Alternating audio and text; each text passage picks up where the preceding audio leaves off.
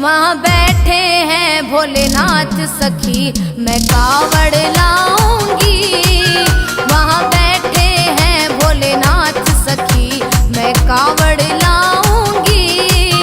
हरिद्वार जाऊंगी सखी, हरिद्वार जाऊंगी। आया है श्रावण मास सखी, मैं कावड़ लाऊंगी।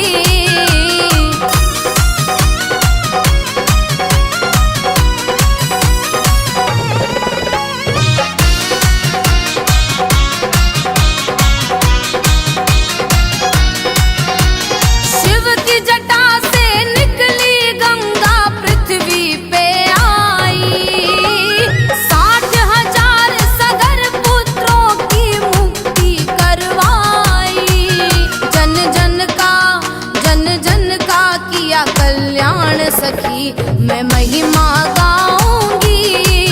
वहाँ बैठे हैं भोलेनाथ सखी, मैं कावड़ लाऊंगी।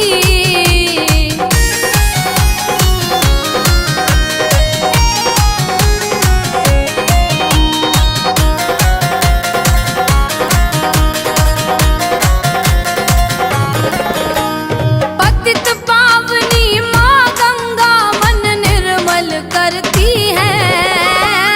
सब ऋषि मुनि योगी तपते वो पावन धरती है। गंगा के जल से भोले के मैं चरण धुलाऊंगी।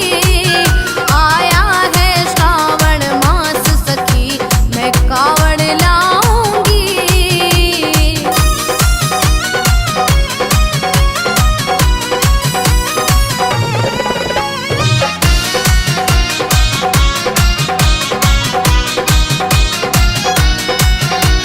हरिद्वार हर की पौड़ी से गंगा जल लाऊं।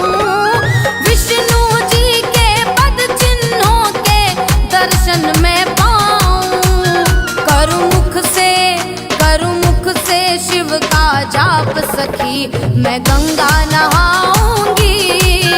आया है श्रावण मास सखी, मैं कावड़ लाऊंगी।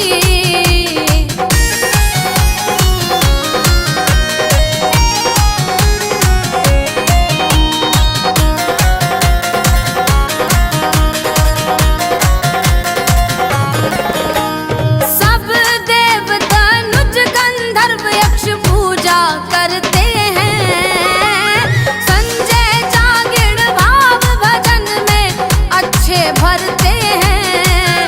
युग युग से है सरनाम सखी, मैं दर्शन पाऊंगी। आया है श्रावण मास सखी, मैं कावड़ लाऊंगी। हरिद्वार जाऊंगी सखी, हरिद्वार जाऊंगी। हरिद्वार जाऊंगी सखी, हरिद्वार जाऊंगी।